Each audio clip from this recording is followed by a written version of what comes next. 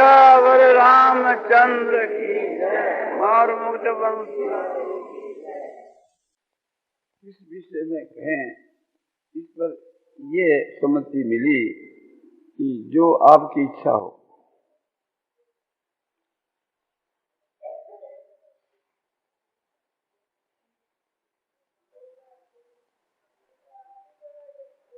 अब जो साधना करते हैं तो उस साधन का जो फल है उसकी तरफ हमारी दृष्टि रहती है।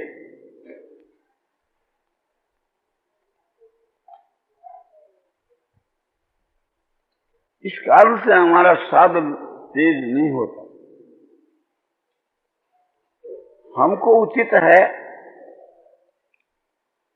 कि साधन से भी बढ़कर के साध्य को समझना चाहिए। जैसे भगवान की जो भक्ति है तो यह साधन है, और उस साधन का फल जो भगवान की प्राप्ति है वो साध्य है।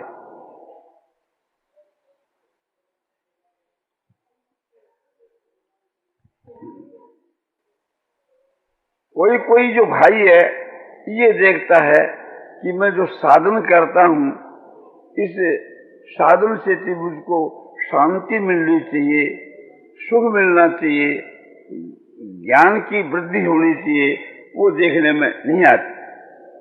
तो ये भी एक प्रकार से साधन के फल की तरफ ही देखना है। और जो नीची श्रेणी के आदमी होते हैं ये तो लौकिक फल की इच्छा से ही साधन करते हैं। कोई पुत्र के लिए, कोई धन के लिए, कोई आरोग्यता के लिए।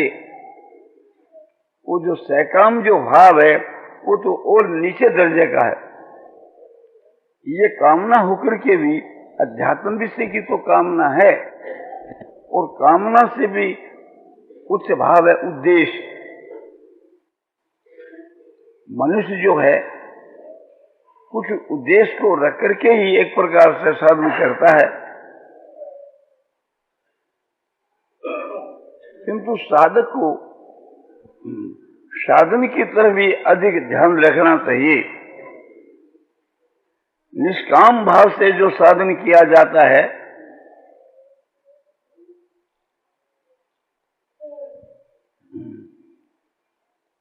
उसका दर्जा बहुत ही ऊंचा है।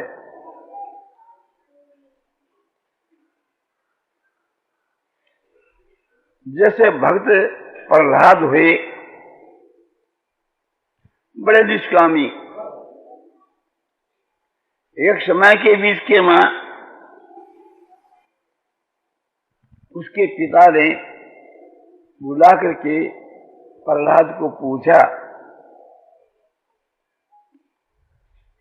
कि तू क्या पढ़ रहा है, मैं सुनना चाहता हूं।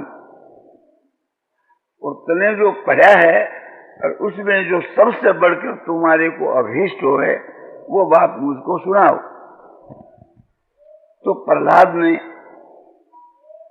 नवदा भक्ति का श्लोक कहा कि श्रवणं कीर्तनं विष्णु स्मरणं पाद सेवनम अर्चनं बंधनम दास्यम सख्यमात्म निवेदनम। भगवान के गुण प्रभाव तत्व की जो बातें हैं, भगवान के नाम रूप और लीला धाम की जो बातें हैं, उनको भक्तों से सुनना, सुनकर के मुग्ध होना। जैसे बीन बाजे को सुनकर के मृग मुग्ध हो जाता है, इस प्रकार से मुग्ध होना, सुनने के समय में सुनने के ही परायण रहना, ये शरण भक्ति है। इस प्रकार की केवल शरण भक्ति से ही मनुष्य को परमात्मा की प्राप्ति हो जाती है। जैसे 7 दिन के बीच के महाराजा परीक्षित को हो गई। परीक्षित को ही क्यों, धुंधकारी को भी हो गई जो बड़ा भारी पापी था। कीर्तन भक्त उसका नाम है कि भगवान के नाम और गुणों का कथन करना, व्याख्यान देना, कथा कहना, ये सब कीर्तन भक्ति के ही अंतर्गत है। गौरांग महाप्रभु का समझो कि वे कीर्तन भक्ति के आचार्य थे। हमारे पुराने जमाने के बीच में जैसे नारद जी, कीर्तन भक्ति के आचार्य हुए और वर्तमान के बीच में बहुत से मीराबाई, नरसिंह मेहता, तुलसीदास जी, बिल्लो मंगल आदि बहुत से भक्त हुए जो कीर्तन भक्ति के ही प्रधान आचार्य हैं। भगवान के नाम और गुणों का कथन करना ये कीर्तन भक्ति है। जो कीर्तन के मां मुग्ध हो जाता है, अपने आप को भुला देता है, केवल भगवान के कीर्तन के समय में उसे कीर्तन के सवाल कोई वस्तु याद नहीं रहती, उस केवल कीर्तन भक्ति से ही मनुष्य का कल्याण हो जाता है। तो श्रवण कीर्तन विष्णु स्मरण और भगवान विष्णु का जो स्मरण है, उसके नाम रूप गुण प्रभाव तत्व रहस्य, इनका जो मन के बीच में जो स्मरण है वो स्मरण भक्ति है। ध्यान भी उसके अंतर्गत है, चिंतन भी उसके अंतर्गत है, स्मरण भी उसके अंतर्गत है। सब एक प्रकार से थी भगवान के विषय की कोई भी जो बात है, भगवान के गुण प्रभाव की लीला की कोई भी बात है, उसका मन के बीच के मन जो मनन है वो ये तो स्मरण भक्ति है। ध्रुव जी केवल ध्यान से ही एक प्रकार से भगवान को पा लिया। इसी प्रकार से सुतीक्ष्ण भी भगवान के ध्यान में मस्त था, भगवान आकर उनको दर्शन दिए। तो श्रवण कीर्तन विष्णु स्मरण पाद सेवनम, पाद सेवन माने चरणों की सेवा। केवट जो है भगवान के चरणों को धोकर के उनका चरणामृत लेकर के अपने सब कुटुंब का उद्धार कर दिया, ये पाद सेवन भक्ति है। भरत जी महाराज ने भगवान की चरण पादुका को मस्तक रख करके और नंदी ग्राम में जाकर उनको सिंहासन पर स्थापन करके उनकी पूजा करते रहे, ये पाद सेवन है। चरणों का चरणामृत लेना, चरणों की धूलि में स्नान करना, चरणों की सेवा करना, ये सब पाद सेवन भक्ति के अंतर्गत है। केवल पाद सेवन से भी मनुष्य का कल्याण हो जाता है, जैसे उस केवट का हो गया। तुलसीदास जी कहते हैं केवट ने भगवान के चरणों को धोकर के अपना और अपने कुल का उद्धार कर दिया। पग पखारी जल पान करी आप सहित परिवार,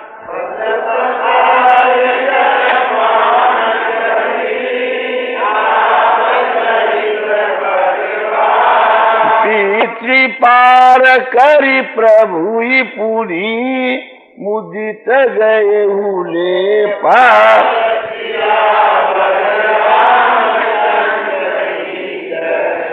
भगवान के चरणों को धोकर के चरणामृत लिया अपने कुटुंब के सहित, और बचा हुआ जो जल है उसे पितरों का तर्पण करके उनका भी उद्धार कर दिया, और नौका पर बैठा करके श्री राम लक्ष्मण सीता को भी गंगा के पार कर दी।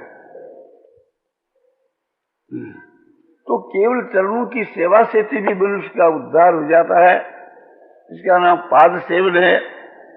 और पांचवी भक्ति है तो अर्चन है। अर्चन माने भगवान की पूजा।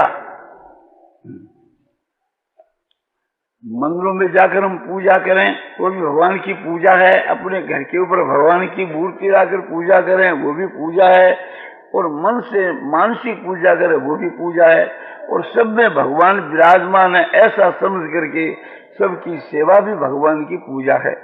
यत प्रवृत्ति भूतानां येन सर्वमिदं ततं स्वकरुणात्म विरच सिद्धिं विन्दति मानव। जिस परमात्मा से यह संसार उत्पन्न हुई है, जो परमात्मा इसमें व्यापक है, उस परमात्मा को अपने अपने कर्मों के द्वारा पूज करके मनुष्य परम सिद्धि को प्राप्त हो जाता है। और एक प्रकार से यहाँ नवदा भक्ति के मां जो पूजा सगुण साकार की पूजा से मतलब है, तो इसलिए इसके लिए भगवान गीता की 9वें अध्याय के 26 के श्लोक में कहते हैं पत्रं पुष्पं फलं तोयं यो मे भक्त्या पर्यच्छति तदंग भक्तु प्रेत मस्नामी प्रेतात्मन पत्रं पुष्पं फलं तोयं यो मे भक्त्या पर्यच्छति।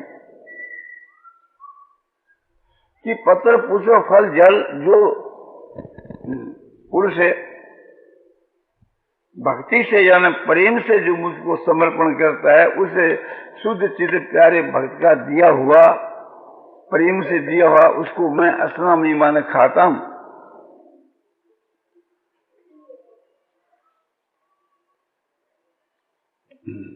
दुर्वासा जब आए यहाँ, उस समय में एक प्रकार से द्रौपदी भोजन कर चुकी थी। फिर वे स्नान करने के लिए गए और द्रौपदी के पास कुछ नहीं था, तो भगवान से प्रार्थना करी। भगवान उसी वक्त आ गए। तो समझो कि बटोई के एक पत्ता साग का लगा हुआ था, उसको लेकर के भगवान त्रिवत हुए, सारी संसार से त्रिवत हो गई। द्रौपदी का उद्धार कर दिया केवल एक पत्ते से। इसी प्रकार से थी, समझो कि गजेंद्र को एक कुसुम लेकर के उनका उद्धार कर दिया, और झिलने के यहाँ कंदमूल फल खा करके उनका भी उद्धार कर दिया। और राजा रंती देव के यहाँ एक मनुष्य की प्यास बुझे इतना जल पान करके उसका भी उद्धार कर दिया। तो केवल भगवान की पूजा से उद्धार हो जाए, इसमें तो कहना ही क्या है। पूजा के समझो कि एक अंग से भी उद्धार हो सकता है, साथ में प्रेम रहना चाहिए। इसमें प्रेम की प्रधानता है। भगवान श्री कृष्ण जी संधि कराने के लिए जब दुर्योधन के यहाँ गए, तो दुर्योधन के प्रबंधकर्ताओं ने आकर खबर दी कि आपकी आज्ञा से हमने बहुत अच्छा प्रबंध जगह जगह किया था, किंतु श्री कृष्ण जी ने तो उसको नजर से देखा भी नहीं। तो दुर्योधन ने अर्ज करी कि महाराज, आप हमारे अतिथि होकर आए हैं, और आतिथ्य करना, अतिथि की सेवा करना, ये हमारा काम है, तो इसको आपने क्यों नहीं स्वीकार किया। उन्होंने कहा, भैया कि अभी तो मैं दूत बन करके आया हूं ना, कोई भी तुम्हारी चीज लूंगा तो निस्बत समझी जाएगी। मैं जिस काम के लिए आया हूं वो काम मैं कर चुकूंगा, उसके बाद तुम जो मुझको दोगे लूंगा। भगवान समझते थे कि संधि होने की नहीं, और ये देने का निर्माण लेने का नहीं। बोले नहीं महाराज, एक प्रकार से अतिथि के विषय में ऐसी बात नहीं है, आप क्यों नहीं स्वीकार करते, ये बात बतलाई। बोला दुर्योधन, दो बात है।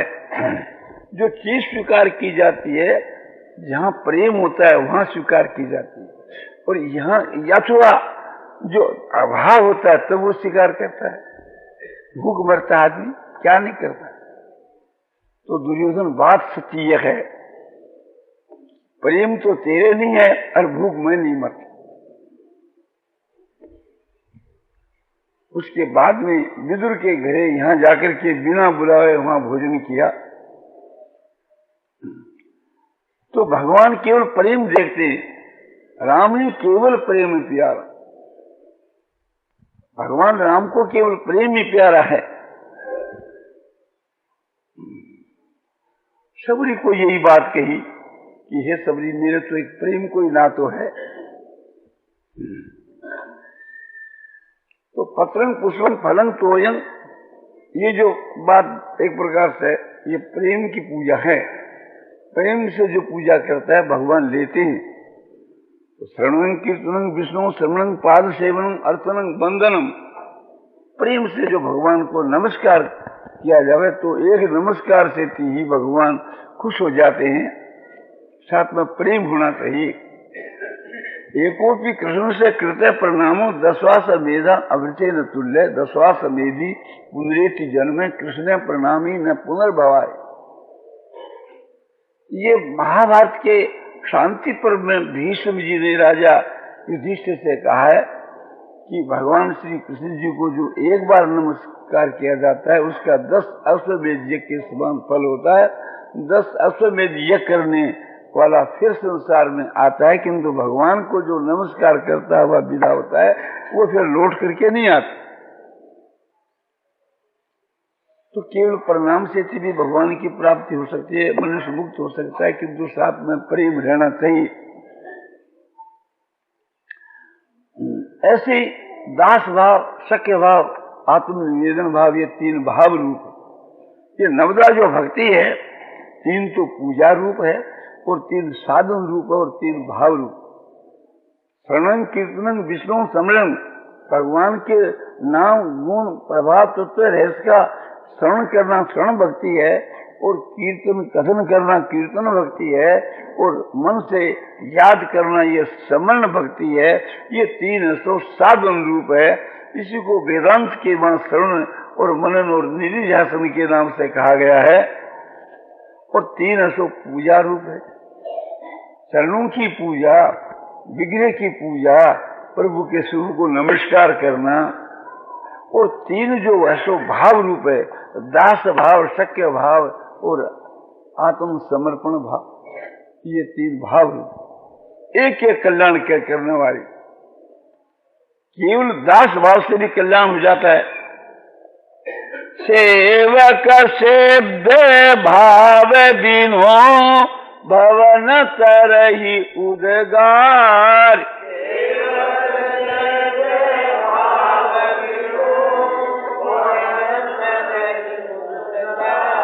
भजिए राम पद पंकज अस सिद्धांत विचार सिया। स्वामी सेवक के भाव बिना ये मनुष्य भव सागर के पार नहीं कर सकता। प्रभु हमारे स्वामी और मैं उनका सेवक, इस भाव के बिना ऐसा सिद्धांत समझ करके भगवान के चरणों की सेवा करनी चाहिए। और सखा भाव जो, सख्य भाव जो है, सख्य जो भाव है, जैसे अर्जुन का सख्य भाव था, उसे एक प्रकार से मनुष्य कर सकता है। जैसे सुग्रीव का श्री राम के साथ में सख्य भाव था, तो जैसे सुग्रीव का उद्धार हो गया केवल सख्य भाव से और आत्मनिवेदन से। जैसे राजा बलि ने अपना सर्वस्व भगवान विष्णु के समर्पण कर दिया और उसका उद्धार हो गया, ये आत्मनिवेदन है। ये नवदा भक्ति सुनाई तो सुन करके की, और हिरण्यकशिपु ने उसके ऊपर थोड़ा क्रोध किया और कहा कि विष्णु तो मेरा शत्रु है, उसकी भक्ति तुझको नहीं करनी चाहिए, मेरे से बढ़कर कौन है, मैं ईश्वर हूँ, मैं इस संसार के मां सब कुछ हूँ, इस वास्ते मेरी भक्ति करनी चाहिए। और यदि मेरी आज्ञा का तू पालन करेगा तो मैं तुम्हारे को युवराज पद दे दूंगा, और यदि हमारी आज्ञा का पालन नहीं करेगा तो मैं तुम्हारी ऐसो कत्ल करवा दूंगा। उन्होंने कहा ये तो हमारे बस की बात नहीं है, भगवान की भक्ति का त्याग कर देना ये हमारे बस की बात। प्रहलाद ने भगवान की भक्ति का त्याग नहीं किया, और हिरण्यकशिपु ने उस पर बहुत से अत्याचार किए, किंतु सब निष्फल हुए। आखिर के मां भगवान नरसिंह रूप से प्रकट होकर के हिरण्यकशिपु को मार डाला, और उस विकराल रूप के सम्मुख किसी की भी जाने की हिम्मत नहीं पड़ी। ब्रह्मा जी ने प्रहलाद को उनके पास भेजा, खुशी के साथ प्रहलाद चला गया और उसको उठाकर अपने हृदय के लगाया और कहा कि मैं तुम्हारे पर बहुत खुश हुआ हूं, अब तुम जो इच्छा सो वरदान मांग। उसने कहा प्रभु मैं आपकी भक्ति करूं और आप मुझको बदले में वरदान दे, में वो भक्ति कैसी? वो तो सौदा है, बढ़िया जो है रुपया लेता है और सौदा देता है, तो मैं बणिक नहीं हूं। मैं जो आपकी भक्ति किसी फल पाने के उद्देश्य से नहीं की। भगवान ने कहा ठीक है, किंतु हमारे संतोष के लिए तुम कुछ मांग। प्रहलाद ने सोचा कि बार बार भगवान कहते कि तुम मांग लो, तो इससे ये मालूम होता है कि हमारे भीतर में कोई छिपी हुई कामना है। तो प्रहलाद ने कहा प्रभु जब आप बार बार कहते हैं तो मैं यही वरदान मांगता हूं कि मेरे भीतर में कहीं छिपी हुई कामना हो तो उसका विनाश कर दीजिए, मुझको आप निष्कामी बना दीजिए, कोई भी प्रकार की कामना मेरे हृदय के मान न रहे, यही मैं आपसे वरदान मांगता हूं। तो ये निष्काम भाव। कोई भी काम हम करते हैं, कोई भी प्रकार का साधन करते हैं, कर्म योग, ज्ञान योग, भक्ति योग, अष्टांग योग, ध्यान योग या कोई भी प्रकार का, और ये समझते हैं कि एक प्रकार से इसका फल तो अपने आप ही होगा, मांगने की क्या आवश्यकता है। तो मांगने की अपेक्षा ऐसा जो भाव है उत्तम है, किंतु सूक्ष्मता से हम विचार करके देखते हैं तो ये भी सूक्ष्म कामना ही है। तो किस उद्देश्य से करना चाहिए, अपना कर्तव्य समझ करके करना चाहिए। ध्यान योग कर्मयोग की तो बात ही क्या है। श्री निष्काम भाव से पातिव्रत धर्म का पालन करे तो पातिव्रत धर्म के पालन से उसका अंतःकरण शुद्ध हो जाता है और उसको परमात्मा की प्राप्ति हो सकती है। लड़का जो है अपने माता पिता की सेवा यदि निष्काम भाव से करे तो माता पिता की सेवा से उसको परमात्मा की प्राप्ति हो जाती है। तो अपना जो एक प्रकार से कर्तव्य समझ करके मनुष्य को शास्त्र विहित कर्मों का आचरण करना चाहिए। सुना जाता है थोड़े काल के पूर्व के बीच के मां पंढरपुर के बीच के मां एक पुंडलिक नाम का लड़का हुआ कि माता पिता का भक्त हुआ। उसने माता पिता की खूब अच्छी सेवा की, प्रातः काल शौच स्नान करके उसके बाद में अपने माता पिता को शौच स्नान कराना और उनके लिए अपने भोजन बना करके खिलाना और बचा हुआ जो भोजन है खुद खाना और माता पिता के उच्छिष्ट बर्तनों को मलना, उनको आवश्यकता के समय हवा करना, उनकी पगचंपी करना और उनके रहने के लिए समझो कि अच्छा मकान और सोने के लिए अच्छी सेज और हर प्रकार से माता पिता को सुख पहुंचाना, स्वर्ग से भी बढ़ करके अपने माता पिता को सुख पहुंचाया करता था। इस कारण से एक दिन भगवान स्वयं वहां आए, आकर उनके पीछे में खड़े हो गए। बोला पुंडलीक, बोले कौन है? कि मैं भगवान।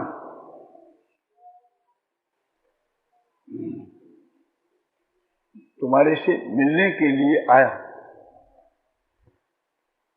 उन्होंने कहा महाराज आप बैठिए, अभी मैं माता पिता की सेवा करता हूं इसलिए मुझको अवकाश नहीं है। एक वहां ईंट पड़ी थी उठाकर पीछे में रख दी, आप यहाँ विराजमान होइए, किसी समय की प्रतीक्षा करिए। भगवान ने कहा कि मैं तुम्हारे से मिलने के लिए आया और तुझको मुझसे मिलने के लिए अवकाश भी नहीं है। महाराज आप जो है एक प्रकार से थी, समय को देखकर आपको आना चाहिए था। मैंने आपको यहाँ बुलाया भी नहीं, प्रार्थना भी नहीं करी, तो फिर आप क्यों आए? तो तू माता पिता का भक्त है, मैं तुझको दर्शन देने के लिए आया। क्या महाराज माता पिता की सेवा का इतना प्रभाव है कि भगवान को बिना बुलावे आना पड़े? बोले माता पिता की सेवा का तो ऐसा ही प्रभाव है। तो फिर आप ही बतलाइए, मैं माता पिता की सेवा को छोड़ करके और आपसे कैसे बातचीत करूं? आप थोड़ी बार प्रतीक्षा करिए, इनकी सेवा करने के बाद मैं आपसे मिलूंगा। भगवान खुश हो गए और उसके सन्मुख आ गए। बोले तुम्हारी इस निष्ठा को देख करके, माता पिता की भक्ति जो है, इस सेवा को देख करके मैं मुग्ध हो गया। मैं तुम्हारे पर खुश हो गया, जो तुम्हारी इच्छा हो तो तुम वरदान मांगो। उसने कहा, प्रभु जब आप मेरे पर खुश होकर के वरदान देना चाहते हैं तो मैं यही वरदान मांगता हूँ कि माता पिता की सेवा के बीच में मेरी परम श्रद्धा हो और अनन्य भक्ति, यही मैं चाहता। भगवान ने कहा, ये बात तो तुम्हारे में है ही, इसमें मैं कमी समझता हूँ, उसकी पूर्ति के लिए मैं आपसे प्रार्थना करता हूँ। भगवान ने तथास्तु कहा और अंतर्ध्यान हो गए। इसमें हमको विचार करना चाहिए कि माता पिता की सेवा करना ये साधन है और भगवान की प्राप्ति उसका फल है। तो भगवान की प्राप्ति साध्य और माता पिता की सेवा सो साधन है। तो उस पुंडरीक ने साधन को जितना आदर दिया इतना साध्य को नहीं दिया।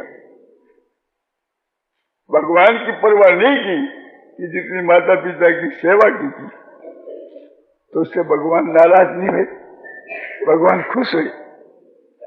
इसी प्रकार से जो मनुष्य साधन के ऊपर अपने जोर रखता है, भगवान उससे खुश होते हैं। लौकिक बात है, कर्तव्य पालन का बड़ा महत्व बतलाया गया है। कलकत्ते के बीच के वहां सुनी बात है,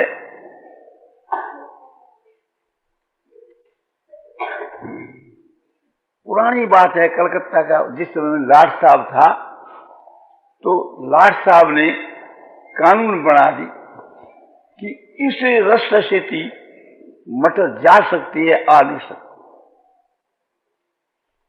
सिपाही लोग जो है सो कानून के अनुसार शैतान थे ही। तो लाट साहब एक दिन परीक्षा करने के लिए जहां निषेध था उसी मार्ग से थी अपनी मटर लेकर के आ गए। सिपाही ने रोक दिया और लाट साहब को चालान कर दिया।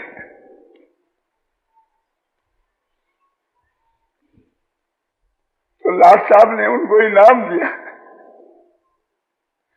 कि जब तुम मुझको रोक लिया तो दूसरे को अपने रोक सकते हो। तुमने अपनी ड्यूटी बजाई, अपने कर्तव्य का पालन किया, तो कर्तव्य के पालन का मूल्य है। हम कर्तव्य के पालन करते हुए भगवान को भी रोक देवें तो भगवान उससे खुश होते हैं, नाराज नहीं।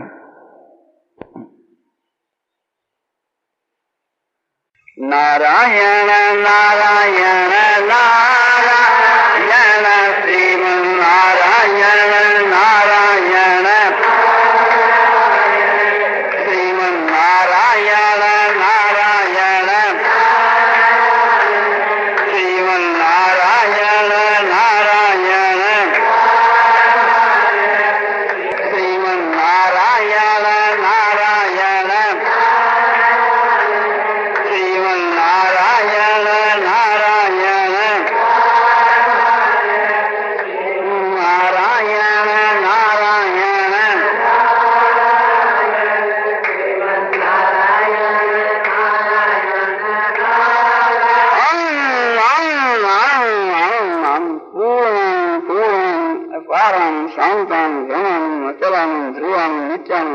बोधश्रुवं ज्ञानश्रुवं मानंदीयं शांति शांति शांति।